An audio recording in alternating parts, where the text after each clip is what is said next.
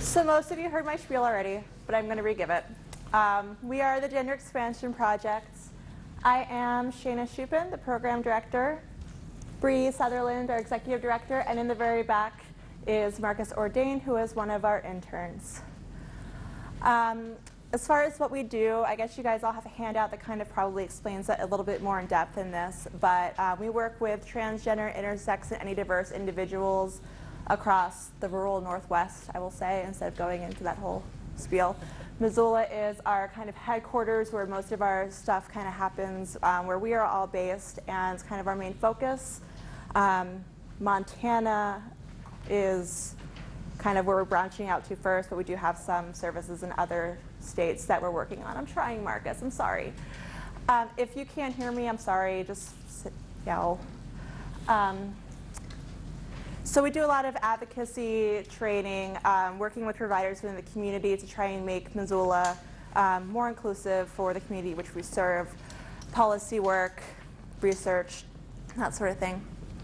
So the purpose of this training mainly is, throughout giving these trainings, I've started to see that in general, people are starting to kind of get a better understanding of the community which we served. Giving this presentation a while ago, you would ask kids, like, well, who knows what transgender means? And nobody would have any idea what that meant. It seems that, especially with media and things, it's starting to become more on the radar, so people are starting to kind of have a basic understanding of gender. But with that understanding, it seems like people don't really know what they can do to help the community and how to be kind of a really good ally. So I'm hoping that we can fill in any of the gaps that you guys have as far as knowledge around the community, and then work together to figure out how to be an ally.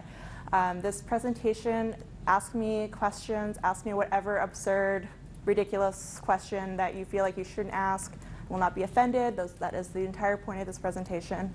I'm trying to make it so you're not just sitting here listening to me talk, even though I really like to talk. So we're going to try and do workshops or kind of little breakout things, so hopefully you won't be completely bored.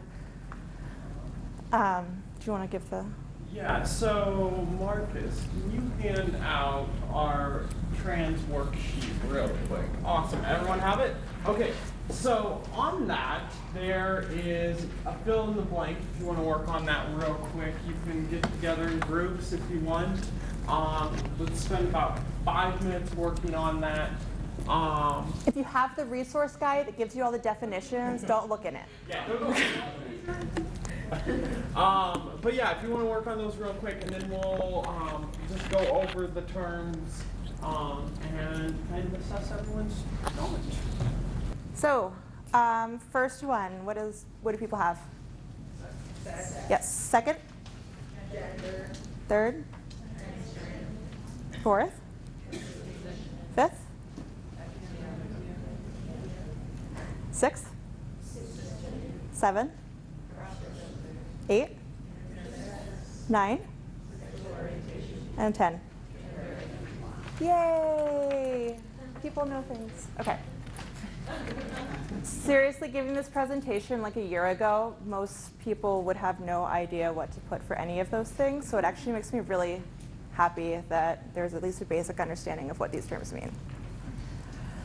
So as far as some of the basic concepts, I just want to kind of go through. It seems like you guys have a good kind of basic understanding of the community, but to kind of fill in any of that.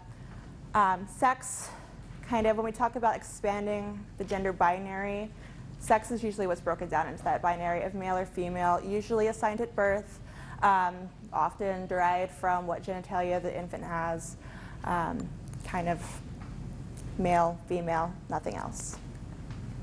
Gender identity, how one feels internally that they identify within a gender spectrum. So looking at it less as of binary and more of there is a continuum of options which someone can choose from and choose how they identify rather than trying to kind of fit into the box that they've been assigned at birth.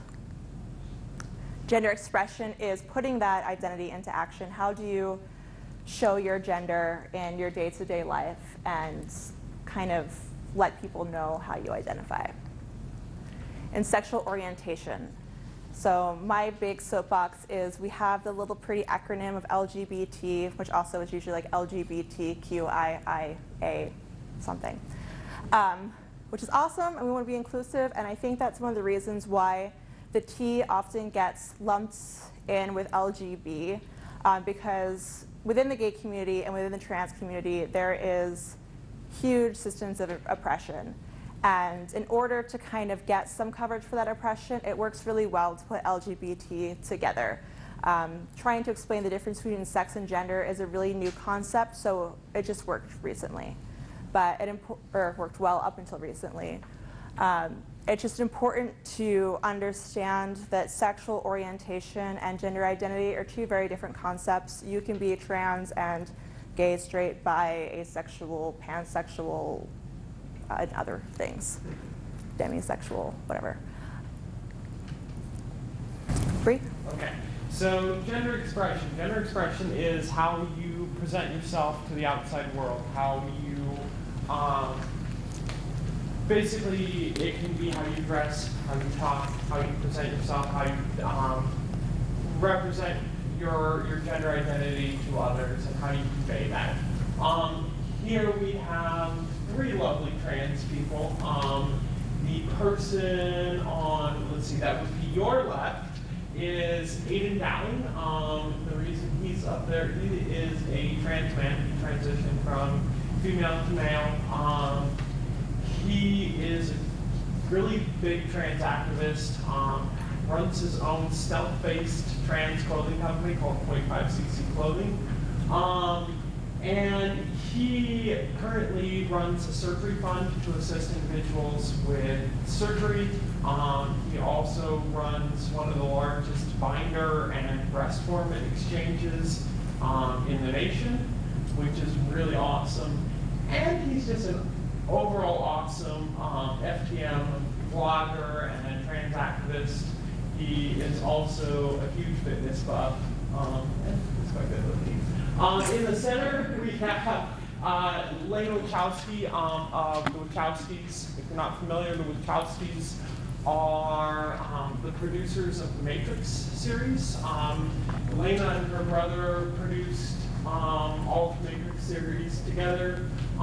Lena began transition about 10 years ago, but publicly didn't really come out to anyone until about 2 years ago, at which time she pretty much hit the ground running and has been an amazing outspoken trans activist since.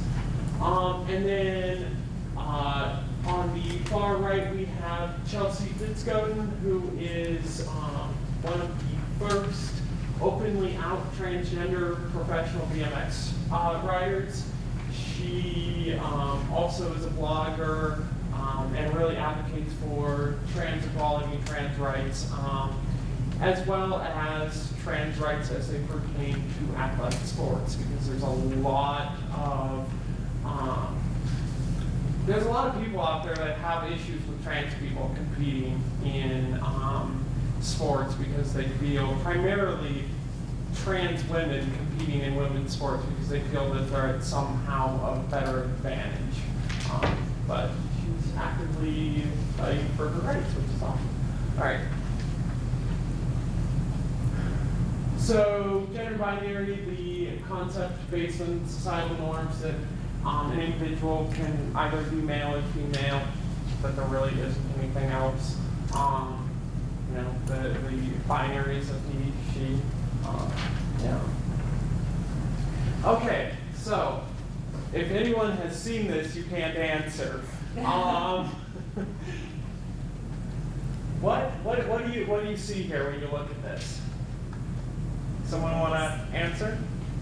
Girls. You see girls, which is really interesting because these outfits were considered gender neutral at the time. These are from the late 1800s. The person on the left is Winston Churchill, and the person on the right is Franklin Delano Roosevelt. Very, very, very masculine people. But most people today look at them and go, well, that's a girl, because that's how girls are dressed, in fairly little dresses. You know, until World War I, there wasn't pink and blue. In fact, pink was generally seen as masculine color. And right before World War I, those binaries of pink and blue as assigned to girls and boys kind of fell into place. But this is to go show that gender expression and gender roles and how we portray gender to the outside world is an ever-changing, ever-evolving process. Okay. Marcus kind of handed out something that goes in a little bit more detail into the sex versus gender. With Bree talking about the gender binary, he also handed out, I believe, some terms for kind of more the gender neutral spectrum of things. Maybe he didn't. You did? Okay. And those are just some options for you. We'll try and go into that a little bit more, but just recognizing that, just keeping that idea of a spectrum in your mind, and that, as Bree is saying, gender being more of a construct that society has put to have people go into like nice little boxes for a variety of reasons, and trying to really wrap your head around the idea that that's something that we can break out of, and you don't necessarily have to remain in that box. So the asterisk. A lot of times you will see the little asterisk next to the word trans when it's written out. It's commonly used to just kind of have trans being an umbrella word to cover any of these things. Gender queer, which is kind of more outside of that binary, trans woman, trans men, agender, non-gendered, bigendered. Within the Native American community, looking more at two-spirit, gender fluid.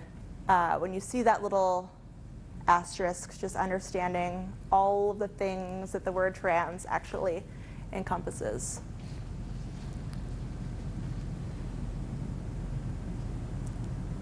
Some more terminology. When you're looking at trans women, male to female, anyone who was assigned male at birth and has decided to present as female or identifies as female. We want to use female terms, she, her, hers. It's just a woman. With the opposite spectrum, female to male, trans men, male pronouns, assigned female at birth who is transitioning or is identifying as male. The important distinction that I want to have you guys take from this slide is looking at the terminology of assigned male at birth or assigned female at birth. A lot of times if you read articles in the media or something, they'll be like, oh, well, she was born a man. And just looking as kind of inclusive language, you want to kind of avoid saying she used to be a man or she was born a man, and looking like, no, she was assigned male at birth, and kind of getting away from that idea of someone transition being someone going from cis to trans. Does that kind of make sense? You said there was always an open to any questions, right? Yeah. So for instance, what you were just saying about used to be thing, I've had a couple of people tell me oh, they'll never be a woman or something. So is it safer, similar to people who are variations on the gender binary, whether they're agender or genderqueer? Would it just be polite to go up to somebody and go, you want me to refer to you as she or he, depending on the transition, or just as a trans woman or trans? Yeah, I think, for instance, I view trans people as the gender that they're presenting themselves right. as. Bree is a woman. Right. But some people are just saying, I'm a woman, and they can never be that. yeah, it's really individual. Even breaking outside of the genderqueer spectrum, there's trans, well, you just use women for the sake of ease. There's some trans women who really take the identity of being trans as something that's really important and really vital to them. So they will say, I am a trans woman. And then there's other women who are trans who are like, I'm just a woman. So I think it's important to kind of look at how that person views themselves. When you're looking kind of more of the agender, genderqueer, where, and maybe, I'm not sure if this is where you're going with it, where maybe if you meet someone, you're not really sure how they identify, or if sometimes that changes, it doesn't hurt to ask those questions like you're saying, to be like, hey, so which pronoun do you prefer? And like as cis people or as non-trans people, that can feel really awkward because we've never been asked that question before, so it doesn't really occur to us to ever have someone ask us what our pronoun is. But it's less awkward than misgendering someone or using the incorrect pronoun. So I know Laverne Cox goes like, I'm a proud trans woman. Uh-huh. And then there are plenty of other people that just go, I'm a woman or I'm a man. And I've dealt with people in the past who've always been like, oh, they'll never be this. And I said, you know, that's completely rude for you to just tell somebody that they can never be something that they've worked so hard to achieve Right. because of your prejudices. Exactly. And so yeah, I think as we're just talking about like someone who is either transitioning to male or to female, I'd refer to that person as whatever gender they identify as. There's no, I mean, we talk a little bit about outing in the presentation, but you're not going to run around and be like, hey, so this is my trans friend so-and-so. Like, I mean, if they identify as female or they identify as male, then you should refer to them as male or female. Yeah. Yeah, seriously, all your questions, just ask them. I will not be offended at all. Transition. So transition, again, spectrum. Medically, legally, or socially changing from one gender to another. So some people go through every, like, hormones and surgery and all sorts of surgeries and legally changing their gender markers and name changes, and that's how they feel that they have completed their transition, or that's how they feel that they are best representing the gender that they identify as. Other people don't feel the need to do surgeries or may just decide just to kind of socially transition, have their friends refer to them as whatever gender that they identify as. So again, important to realize that transition in and of itself is also a continuum. Yeah? I have a friend who's started their transition about like a year and a half ago. Mm-hmm. And they're already out to all of their families and friends and workplaces. And it's been like 2 years since close friends knew that my friend is transgender and transitioning female to male, but she still hasn't let us call her by male pronouns or chosen a male name. What can I do as an ally to make her feel more comfortable so that I can start using male pronouns in a male name? Is it because she is uncomfortable using male pronouns in a male name, or is it that she doesn't feel that that's necessary, though? I feel like it's more that she's uncomfortable just because we've been talking about the transition for over a year now, and I don't know, I just don't, and she also talks about dysphoria a lot. Dysphoria? Yeah, from having female pronouns and a female name. I think it's up to that person. As an ally, I think just having those conversations is all you can do. I mean, it's important to find a balance between having them know that you were there as a support person and pushing them past what they're actually comfortable in. It sounds like she has a good support system. Like, it sounds like it's not just you doing it, and I think just having those, like, hey, are you still using female pronouns, or do you want to just use asking? Do you want to just use male pronouns, like when we're all hanging out by ourselves, and then when we go out in public, like, we won't do it? And just facilitating a conversation with that individual to see where they're comfortable. Because dysphoria being a huge element of being trans, having someone, if you went out with that person and were using male pronouns and they felt that they didn't pass well enough, that could make them feel as if they were like being outed as being trans in the community, and that may be a concern that that individual has. So pushing them while it's coming from a really good place can end up triggering the same things that she's worried about and kind of set you back a little bit. So privately, I would just probably have those conversations on an ongoing basis, and just that alone will kind of let them know that you're willing to try different things. Yeah. Yeah. So do we go into the DSM? Okay. So, how far into depth do I want to go with this? So, no.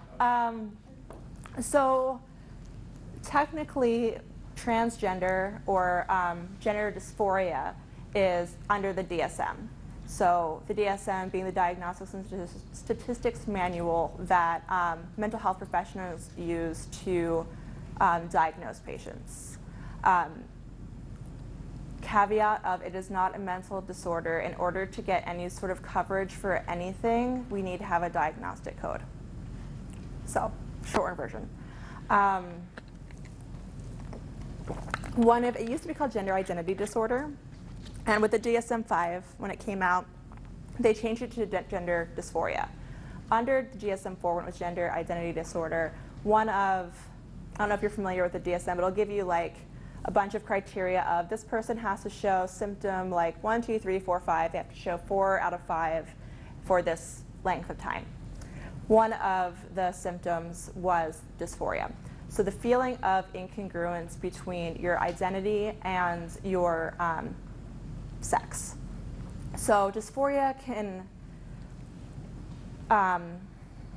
manifest in a lot of ways. A lot of times it's kind of anxiety. It's the feeling of pretty much the entire world around you referring to you as something that you very, very truly feel that you are not, and having no ability to do anything to combat those feelings.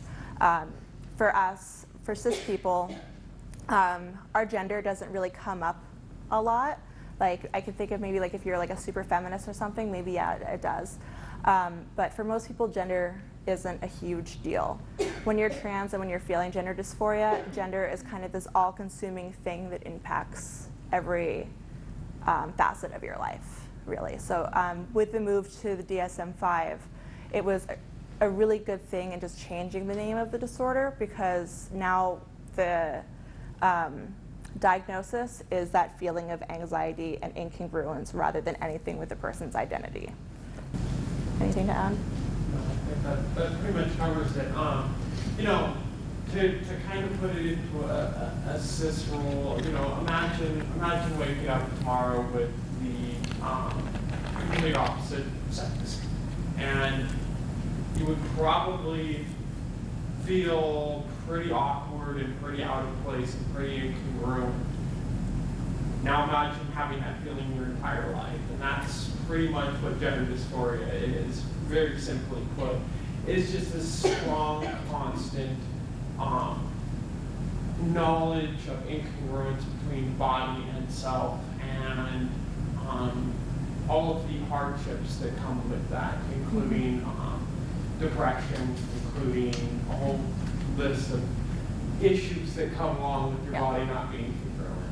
And so yeah, that's important thing is that you can have co-occurring mental illnesses. You can be trans and have other mental illnesses, but just because being trans or gender dysphoria is in the DSM, it in of itself is not a mental illness.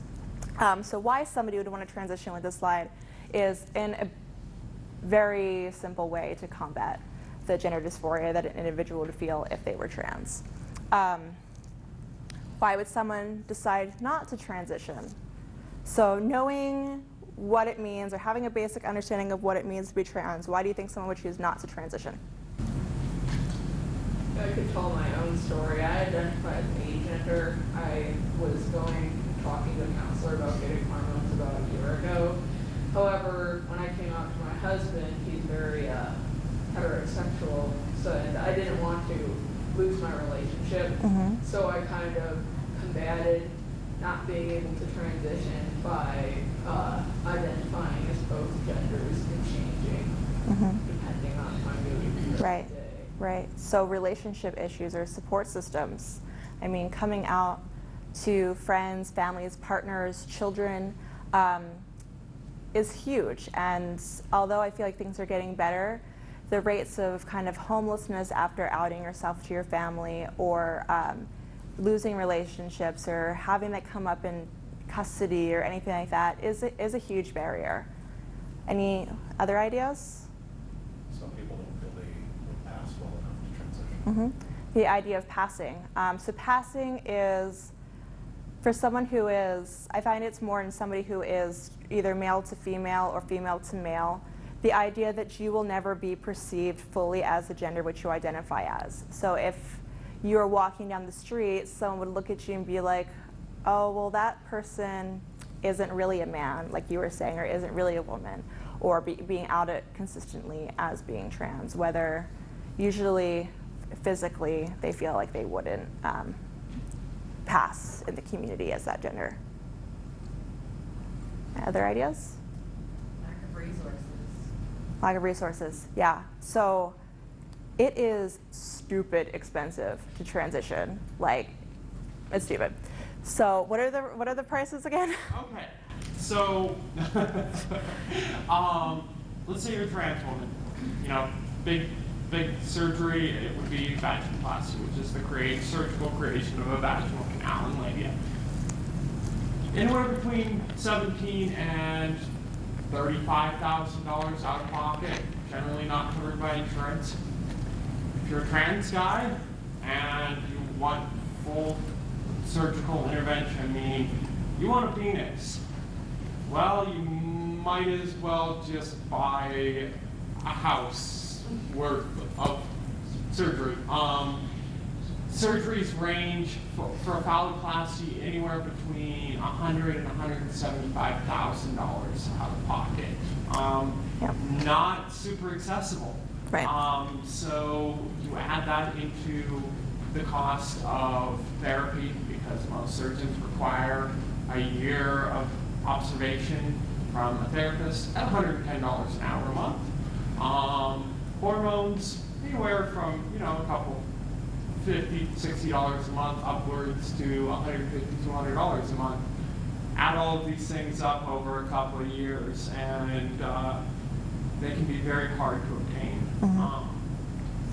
But it's getting better. There is a lot more coverage in insurance. There are a lot more options. And providers are being very creative at how they're coding things to get covered, in particular in regards to things like pop surgeries and in regards to hormones and the medical treatments that go along with those. Unfortunately, surgery is ultimately a more difficult thing to argue at this point. Yeah, so a really good thing that happened is over the last, I don't remember how long ago, a few months ago, Medicaid removed the blanket ban on coverage for surgeries related to transition. Previously, it didn't matter what your situation was, who you were, they weren't covering it under any circumstances. Now you still have to apply and you have to show reasons why, like Bree was saying, you've gone to therapy, you've lived as your chosen gender for at least a year. You don't have any huge other mental illnesses that could be the reason that you're wanting to transition. You still have to prove all these things, but they will at least consider you for surgery. Medicaid changing that is really going to impact private insurance companies being willing to consider surgeries. So I would encourage you to look in your insurance policies if you have insurance and see. There'll usually be a little kind of line in it that says that it won't cover anything related to sexual transformation or sexual reassignment or anything like that, and just completely erases it. Yeah? So with the designation, the DSM, does that help with surgeons not classifying it as an elective surgery? If No. you've gone through that whole thing, or is it still classified? It's still generally classified as an elective surgery. That is, with all this, it's changing a little bit more. It helps with getting the treatment for therapy and sometimes for hormones. When you get to things like surgery, like for instance, for a trans woman, one thing that she might want is breast augmentation. That's cosmetic. Any of the surgeries generally fall under cosmetic. And I think that is starting to change a little bit more as people have more of awareness of trans issues. But right now it's not really doing anything. The argument being, well, if it's a mental illness, you need to treat the mental illness, not give them what they want. I see a lot of, this is me going off into a tangent right now, but I see a lot of examples I always see is, well, some people have a mental illness where they don't want to have their arms anymore. We don't go and cut their arms off, so why would we go give somebody a penis because they want a penis? is the argument that people make. And with awareness and with having providers be more educated on what dysphoria is and how the rates of suicide, depression, every co-occurring thing dramatically drop after surgery and after interventions, I think it'll change more. But it's still in the very, very baby stages of that. To kind of hit just a little bit more before we move on to the next thing. In regards to coverage, you know, Affordable Care Act did have a lot of good positive changes in the fact that they are no longer allowed to exclude on the basis of gender identity or gender expression or gender for that matter. However, they are still, the way they're basically getting around excluding. So things like hormones are becoming more and more covered. The medical procedures for just basic annuals and things like that are getting covered. But surgeries, the argument still is that it's cosmetic, and ultimately cosmetic procedures aren't covered. There are a lot of people out there that are actively fighting, arguing that it is medically necessary. However, that's still a very gray area. Yeah. So. And same thing, not all people want medical treatment, not all people transition the same. Would it be a bizarre question if I were to ask about, like, if you're going to spend upwards $17,000 to $100,000 on reconstructed penis or vagina, how reliable are those for, like, if you're in a straight or homosexual relationship? Like how reliable are the penises or vaginas? For instance, They're pretty legit. Like they they are really good. Bree, do you wanna explain? Ultimately, I think they're legit. you know, the way to look at it is, you know, for most trans people, anything that isn't their birth genitalia is ultimately, generally speaking, better than their birth genitalia. But I mean, as far as are like, they perfect? No. Are they pretty damn good? Yes. They're pretty good. They're pretty good. and as far as like sexual intercourse wise go, like they're functional. You can, Yeah, it's absolutely. you Like, can. when I was younger, I heard like a rumor that like a prosthetic penis couldn't get on hard or something. I don't want to go too far into the surgery and things because I can literally talk for hours on this. But no, there's a lot of surgical options out there. That was an issue for a long time because they were just unsure of how to make that happen. They now have implants, either a stent implant or a pump-based implant that allows trans men to get an erection with phalloplasty. If you get a mediatoidplasty, which is the creation of a micropenis, more or less, you have erectile tissue basically. Your clitoral tissue is erectile tissue and can become hard. So there are things like that. But I don't want to spend too much time on surgery. Just go Google image search. Google image search. Yes. It's a fun tangent to go on to. Yes, Google is your friend. I'm just wondering if surgery is absolutely necessary for like what someone would consider a complete transition if you No. did want other genitalia. If you did want other genitalia, Yeah, could you just transition with hormones, or is like surgery what will finally Um, get you the genitalia that you want? for a lot of trans people, genitalia is like a main source of dysphoria, and there's some people who are like, I just want to pretend it's not there. I'm not going to use it. I'm not going to do anything with it. Like, I am getting a penis or whatever you want, and that's the end of it. And so that is like a really, really vital part of their transition. But then there's other people who are non-op who are like, whatever, I'll use it. I prefer to have something else, but I'm okay not doing it. And with the right person in the right situation, like, I'm okay with that. So it's a really, really individual thing. If their genitalia is a huge part of their dysphoria and they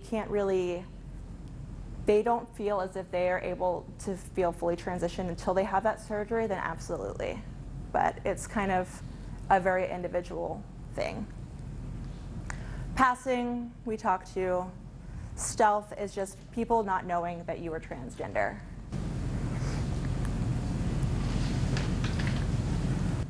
Okay, so we talked a little bit about this. Some people can't pass or can't pass well. Some people don't want to pass or want to kind of like play around with the gender, and some days they look super high femme and other days they're kind of androgynous. It's passing is a big kind of point of contention within the community, and trying to live undetected as the gender that you want. And for some people it's really important, for other people it's not quite as important.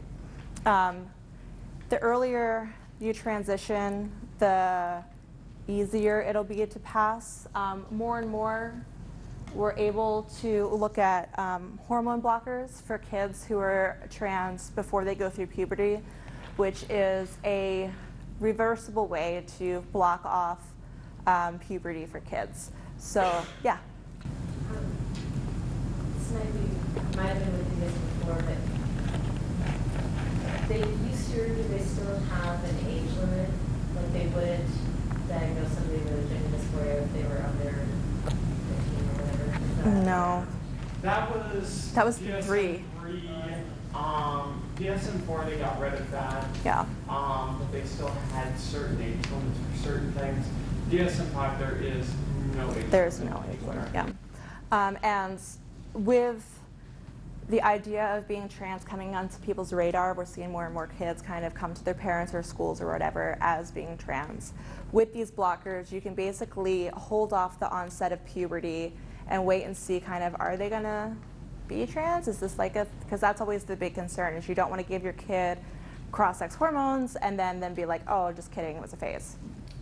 Which usually isn't the case, but it is a good way to alleviate people's fears of this.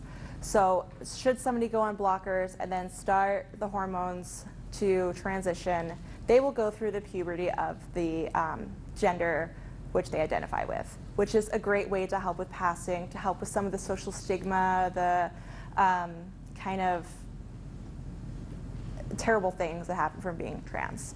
And that's kind of the important part of passing. The older you get, the more of whatever hormone that you don't feel you're supposed to have has been in your body, the more secondary sex characteristics that is impacted throughout your life. So if you are a trans woman and you're transitioning at 40, you've had quite a lot of testosterone in your body, so it might be difficult to see a lot of those changes in hair growth or breast tissue development or skin changes or things like that.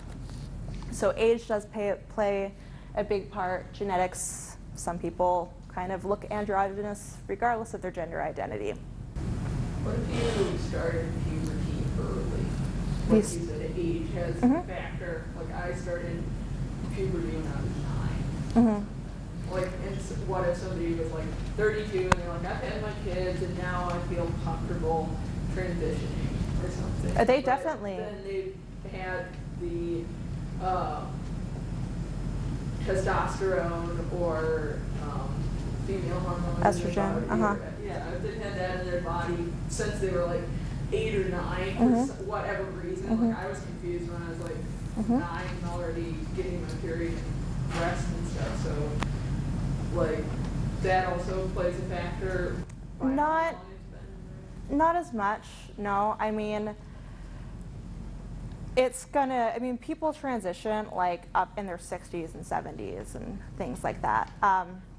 So it's not gonna really have an impact as far as when you started getting those hormones if you decide to transition later on, because if you're an adult, those changes have generally happened already, and it's not gonna make a huge impact. If you were a 12-year-old wanting to go on blockers, that would be a different thing, because if you already have the hormones going in your body prior to wanting to be on blockers or prior to disclosing that you're trans, that would be a different situation.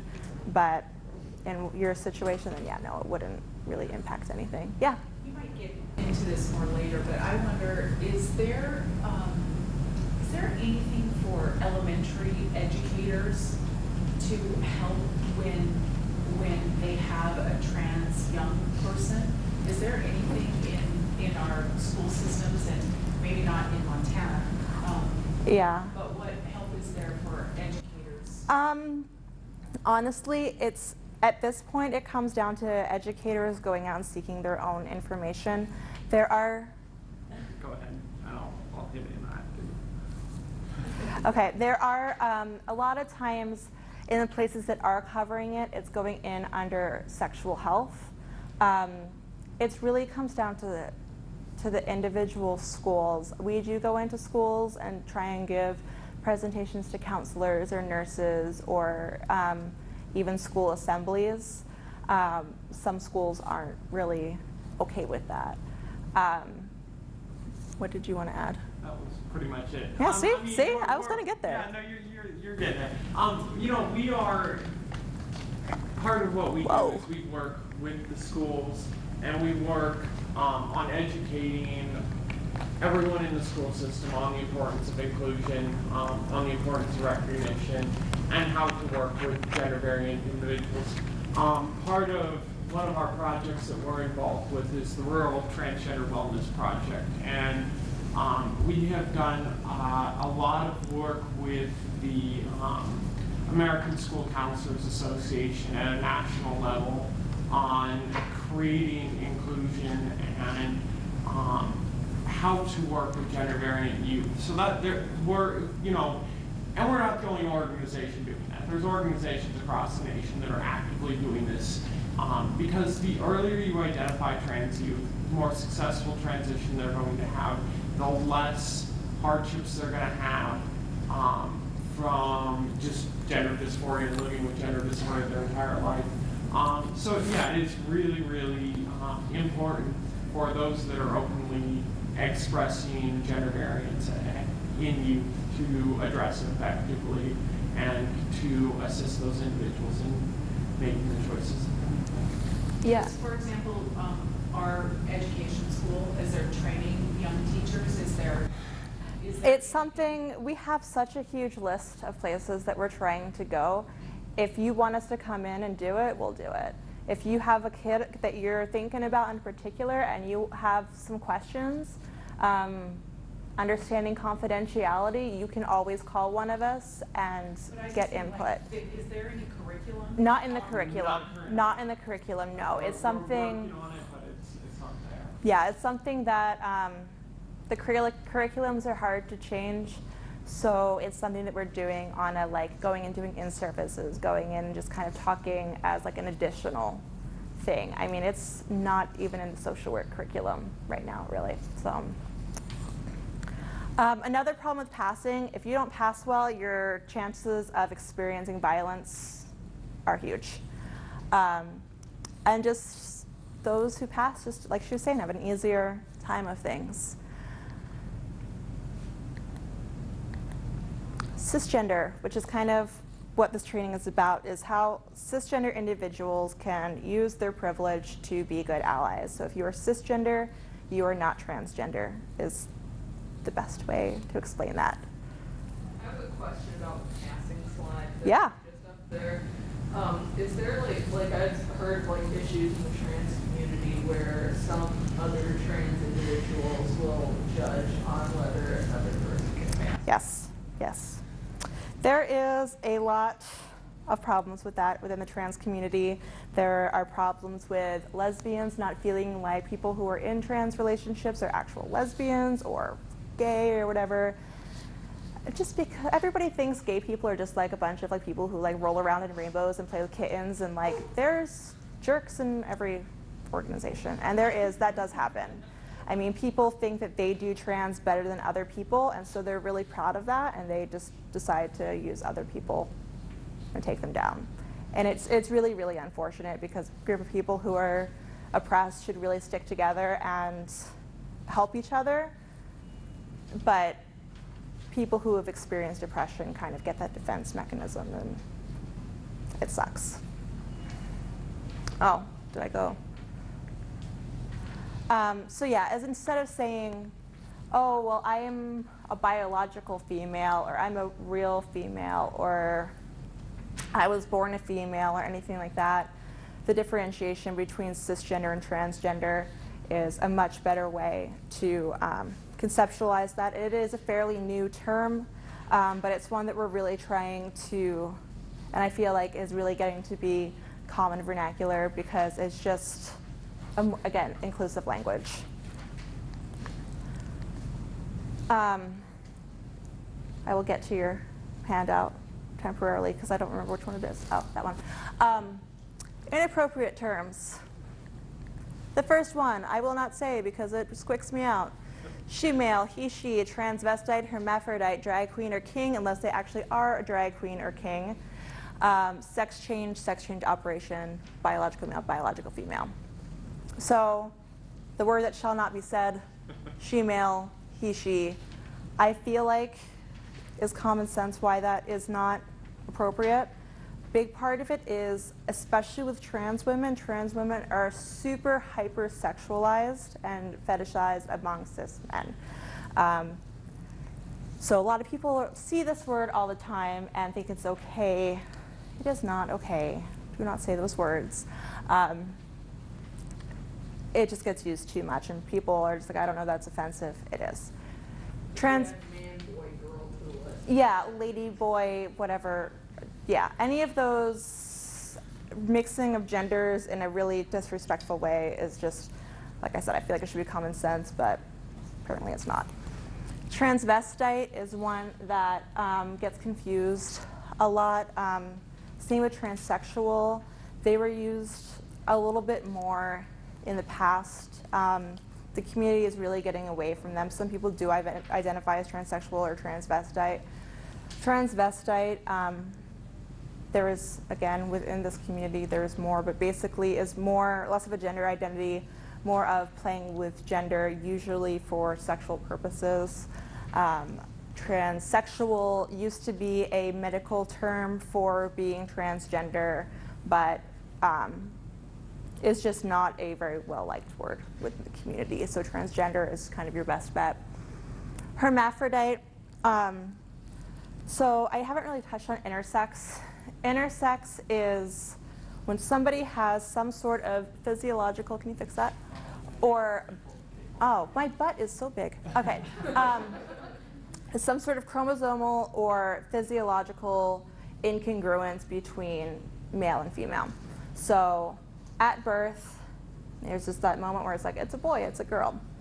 It's kind of that moment of, well, there's some where you can look and maybe there is more scrotal tissue, but then there's also like some sort of vaginal canal or something. Or there's some sort of chromosomal difference where you don't know until you get tested for one reason or another, and maybe you have something different there. Previously, that was called being a hermaphrodite. Again, that word has been used a lot to kind of marginalize the society. Intersex is a more correct term. And within the intersex community, they may or may not identify as trans. They may or may not have gender dysphoria. Very individual. Drag queen or king. If you perform gender and go out and do drag shows and do whatever, that's fine. Doesn't necessarily mean you're trans. Some trans people do perform as drag queens or drag kings, but not all drag queens or drag kings are trans. So you should not call all trans people drag queens or drag kings, if that made sense.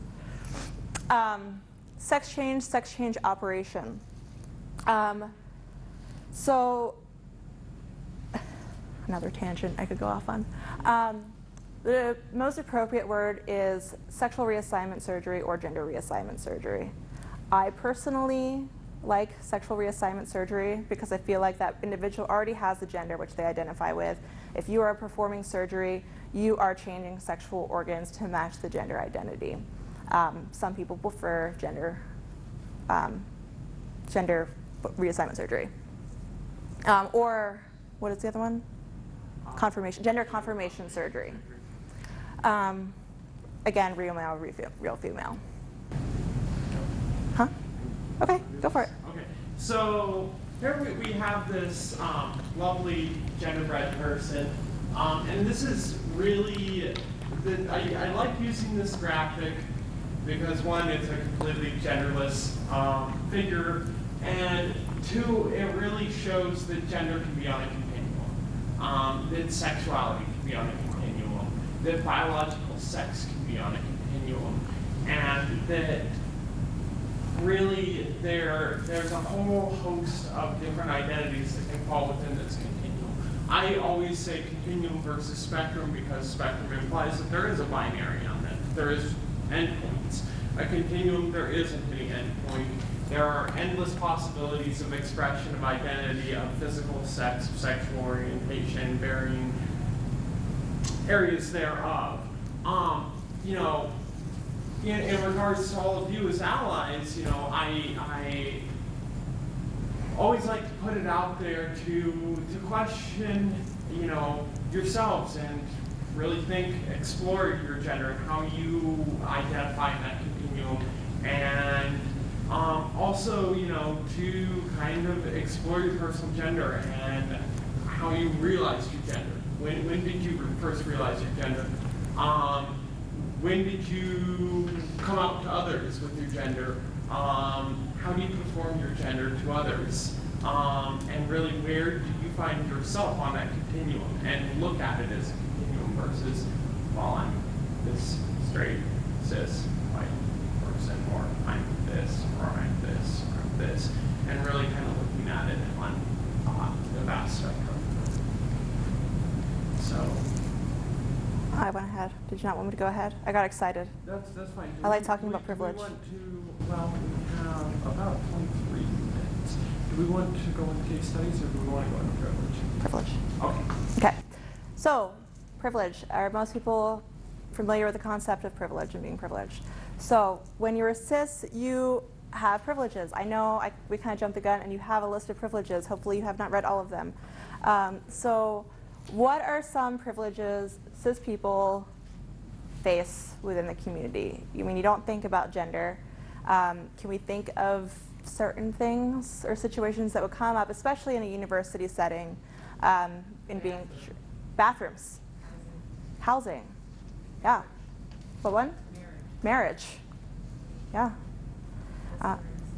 Yeah, dressing rooms and bathrooms and shower locker rooms are the biggest controversy I feel within the community for some reason.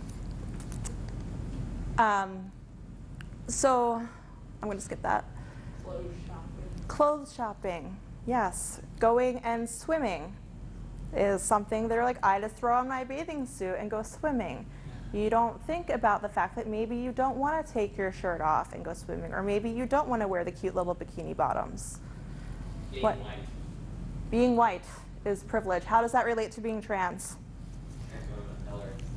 Trans women of color experience the highest rates of violence in any community.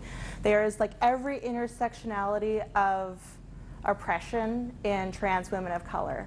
I was trying really, really hard not to make this thing doom and gloom, but that's okay because I think it's really important.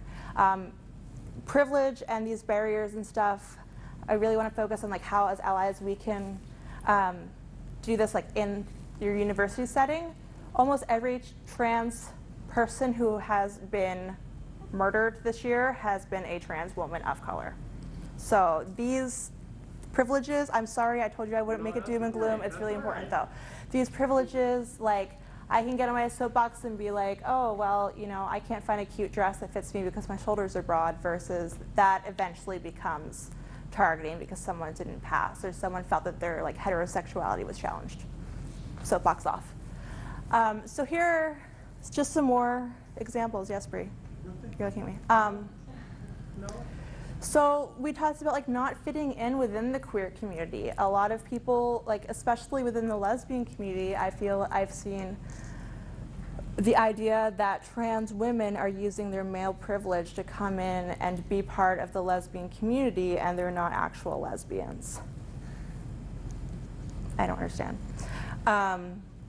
The obsession with surgery. Bree said she wasn't going to go too far into surgery because every presentation we go to, like the second we say surgery, it's like a free-for-all of like, well, have you had the surgery, and do you want to have the surgery, and what does this do? And it's like, yes, there's a certain curiousness, and in these presentations, it's okay.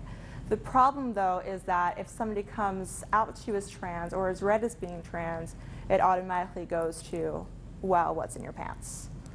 And that's, I mean, people don't ask me what I got going on, so you probably shouldn't ask a trans person. Other big question that a lot of people ask out of pure curiosity is birth names. I don't really know of any situations where it's important to know someone's birth name, but that one comes up a lot. And just realizing the privileges that you have in not having to think of your gender in every situation, I think is really important.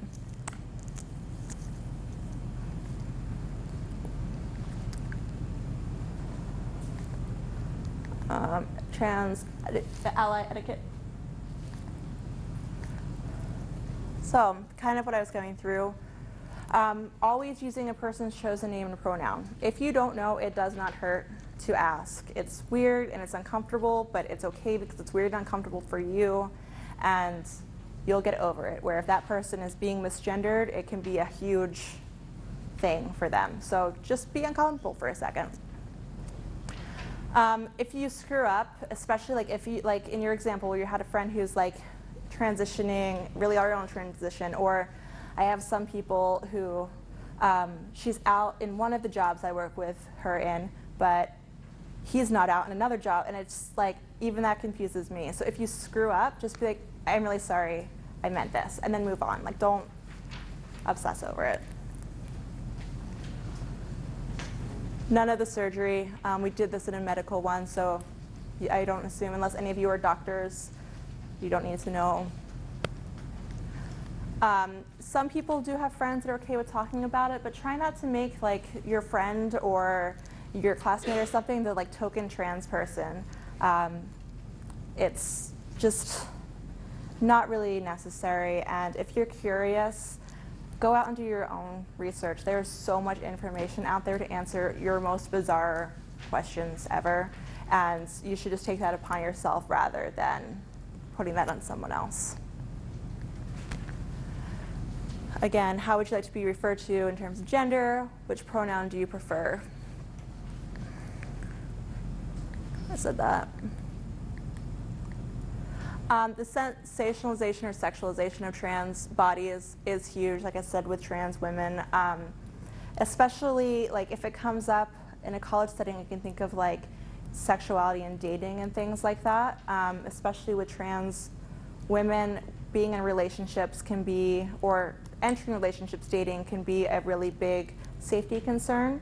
The reaction generally is kind of on either side of the spectrum, either reacting with like violence or like I'm not gay or, you know, gross or whatever, versus some people who are what in the community are called chasers, where they just kind of seek out trans women and objectify them, or like I want to have this really like novel experience of being with a girl that has these parts, but I don't really care about you as an individual, is a very big concern with trans women and dating and being in intimate relationships and things like that. I mean, it's great if you want to give a compliment to somebody, like if you have a friend who's transitioning, like, oh, I really like what you did with your hair or something, is fine. But the things of like, oh my God, I couldn't tell that you weren't actually a girl, or like, wow, you look so much better now that you trans, it's just. There's that one person at the Laverne. The Laverne Cox. I love that everyone brings that up. Oh gosh, if you were at the Laverne Cox thing, like it's the ultimate example, because Laverne Cox, being this amazing goddess that she is, like this girl stood up and was like, I never would have known that you were trans, you're so pretty, or something. And Laverne, of course, gave this amazing, beautifully articulate answer of like not saying that, and the idea of not everybody passes and we want to include everyone, and she said it in a very nice way that I would not have said. And it was just a perfect example. This poor girl had like the best of intentions, but there was such a huge part of the audience, thank God, that like turned and looked at her like, I cannot believe you just said that to Laverne Cox. So thankfully, people are starting to understand that that's probably not the best thing in the world to do. Outing someone, I know like some people have never met a trans person until they have a friend. So you probably want to talk to it about, like with someone. If you're a professional, if you're a teacher or something, you may need to do that with colleagues, keeping in mind confidentiality. If your friend comes to you and says that you're trans, I feel like hopefully now you understand the dangers that would come with outing that person without their permission. It's a huge safety concern, and I would just ask at least that you contemplate your reasons for wanting to out that person before you do it. If it's because you want to gossip or because you think it's cool or weird or whatever, there's probably, you don't need to do it. Oh, can we talk about that? There's my doom and gloom slide. So yeah, especially, there are lots of places where you can lose your housing, lose relationships, lose children, not be able to go to school because you're trans. So when you're outing someone, as interesting as it might be to talk about that at that point, just think about the impacts that that can have on the individual who you're speaking about. So some ally stuff. Having conversations. If you see, I feel like one of the big things that I wanted to touch on is there's like a lot of tropes about trans people in media up until recently, that being trans was like the go-to comic relief character who was there. Like, so did anybody see the South Park episode with the trans? Okay, so that was like the best thing I've ever seen. Yeah, so that was like the only like media representation in like cartoon people that I've ever seen that didn't suck. There's like, and then I also watched the episode of Family Guy where they have like the trans, what is it? It's like Quagmire's dad. And the entire, like I had to turn off the episode because like he starts like projectile vomiting and like trying, it was just, it's horrible. But that's the representation in the media that we've seen up until recently. So if you see that and your friends are laughing at that and stuff, as awkward as it may be to take it on, like be like, that's not cool, like, or just show that it's not funny and that trans people are actual people. And I was so surprised that South Park did not screw that up. It was amazing. Like, it was so cool. And they had the idea of like the bigot bathroom, which I really liked. Like there was like the men's bathroom and the women's bathroom, and then like Cartman's little bigot bathroom. And I was like, that is the solution to all of the bathroom problems. It was awesome. So don't police public restrooms. If somebody is unsure of what restroom to use, and maybe they come into yours and like, oh, I don't know, that's kind of weird. Especially a lot of women have these concerns. Generally, your safety is not at risk in the way that a trans person's safety is at risk in choosing a bathroom. And just keeping that in mind. If you're that worried, go use the family bathroom or something. Try not to call that person out, and again, consider your reasons why you would do that. Don't ask people about their genitals. There's not really a reason. If you're going to have sex with that person, that's an okay reason. You can ask. You can ask, okay, you are a trans female and you have a penis. What are you okay with me doing? Or like, what do you, like that is an okay situation to have that conversation. Anything else for non-medical people, I can't really think of when that would be okay. Do your homework. If you have trans friends, if you have trans clients, coworkers, anything, try and get all your questions answered on your own. Like I said, plenty of the information is out there. Trans people, like every time they go to the doctor, have to explain everything about it is, like they have to give this presentation in like 0.2 minutes to their provider and educate everyone around them. They don't want to do it, do you too? Try and avoid using inappropriate terminology. Again, if you screw up, acknowledge it, move on, try not to do it again. It's not the end of the world if you acknowledge it and don't keep doing it. It's not a choice. I don't know why anybody would choose to be transgender. Just be courteous. Things like having those conversations, like asking people, like, what can I do to help you through this? I mean, if your friend comes out as being like a trans guy, like go take him to get his hair cut, like, or, you know, just be a good support system for that person, and that just sort of comes from the concept of respecting them and being willing to be uncomfortable because maybe it's something new to you and learning from it. That's not for us. And if you are part of any organization or you're a teacher or something and you say that you're an LGBT ally, you have an extra responsibility to do your homework. If you have like the little sticker on your door that says like, I'm an ally, and somebody who's trans comes to you with all these trans issues and you have no idea what you're talking about, you're doing that person a huge disservice. If you have the T, actually be able to be an ally to the T, not just the L, G, and B. Calling out remarks and jokes. That's it. Okay. Questions?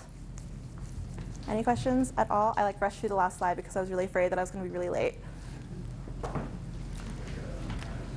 No? Do your homework and Yeah. go to the person and don't like identify somebody as like a trans person. So Yeah. like how people go like, oh, you person knows all your civil rights issues or something. Right. But could we go to you? You can totally come to me. Like, Absolutely. you can literally, I will give you my number. You can text me. You can Facebook me. You can ask me all of your weird questions. I will answer all of them. It's great. Yes. Okay, so I do have an individual question. I do work in the medical field. Okay. And I'm specifically a transgender advocate for our clinic. So when I am doing like risk reduction counseling, because they work in HIV, what is probably the most appropriate way to ask a question? Because that is something you medically do need to know. Right. What you're talking about. And So generally, in the way I've navigated with healthcare professionals is to start with the basics. So you're a trans woman. Therefore, you're making the assumption that they have male genitalia. Okay, now, are you intersex? No, okay. All right. Have you had any surgical interventions? If they say no, 99% that's the genitalia they have. If they say yes, well, okay, let's talk about that. What surgeries have you had? What happened to the surgeries have you had? Talking about genitalia can be a really traumatic thing for a lot of trans people and something that they really don't want to talk about. So spending the least amount of time possible to get the information you need, the bare minimum information you need to work with that individual, and moving on. It is really the best practice there. If someone says genital reassignment surgery or SRS or whatever they put down on their form, it's totally okay to ask them, like, so what did you have done?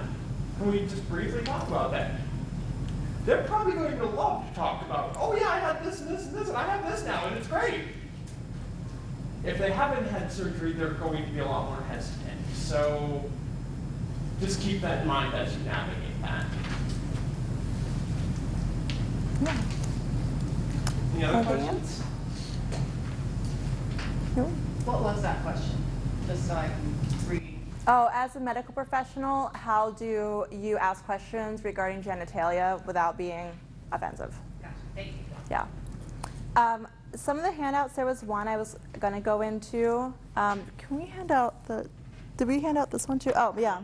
So I can talk a lot apparently. So on the back of your little quiz, there is some case studies. I was going to go through these. I lied to you and said I was going to make this interactive, and then I didn't make it interactive at all, but it was going to be. So on the back of this is case studies, and these are just situations that if you get a chance to read over them and just kind of contemplate how you would deal with those or how you could pull some of these tips in to kind of be a better ally in those situations. There was also a little kind of spreadsheet. On one side it was blank and on the other side it had been filled in. If you work for any student organizations or anything, take a look at it and see how you can maybe make your organization more inclusive to the trans community. Again, we're always available to help you kind of brainstorm ways that you can do that. And kind of simple steps just really do a lot. So those are some of the things I was going to go over, and I didn't quite get to it yet. So. And then the last handout we gave you is just a simple feedback form. You can fill those out real quick. Your input is really, really valuable and really helps us shape future trainings and programs and really where we take gender expansion project moving forward. So please do fill those out and then just hand them here. I always encounter those individuals that were really hesitant to ask questions and then run up to me at the end of the presentation. I actually have to duck out of here right at 3:30. But I'm here. But she's here. If you have questions at any time, all of our contact information is online. My email is on cards, out there on the table. Feel free to contact us. We're open books. I will answer even the most ridiculous, what you might see as the most insensitive question ever. I'll answer it, not a problem. I will help you gain more knowledge on gender diverse individuals. In addition, in the back, if you have trans friends, you're looking for resources for whoever, we do have a resource guide for the entire state of Montana, as well as a legal name change guide if you know someone that is looking to legally change their name and or gender in the state of Montana. With that said, we are also developing resource guides for the entire region we serve. And we also do one of the awesome things, we have this wonderful program called Ask Ed, which is 100% volunteer run. And it is a nationwide referral service and resource service. I say nationwide, and then we do things like 2 weeks ago we did a referral and found someone a medical provider in Yokohama, Japan. You know, we don't limit ourselves to where we serve and who we serve. If someone emails us and says, hey, can you help us find a resource? We'll do everything we can. And we have a lot of connections with the professional communities which allow us to do that. So, again, we're open books. Yeah. Do So. you have a plan specifically for changing gender diversity? That's a work in progress. The university, if you go to the registrar's office and you actually ask them, hey, I need to change my name and gender, they actually, I believe, I know that one of my colleagues was working on that last year, and I believe that they actually created a physical guide that walks you through that process. But I will look into that. And we do kind of, with emailing us or calling us or whatever, getting used to your questions, we also kind of have that advocacy piece where we'll go with somebody and kind of walk them through that process so they're not trying to do it alone or stand in court alone or anything. We will definitely help a person as non-intrusively as they want or as involved as they want to. So, well, thanks guys. Yeah.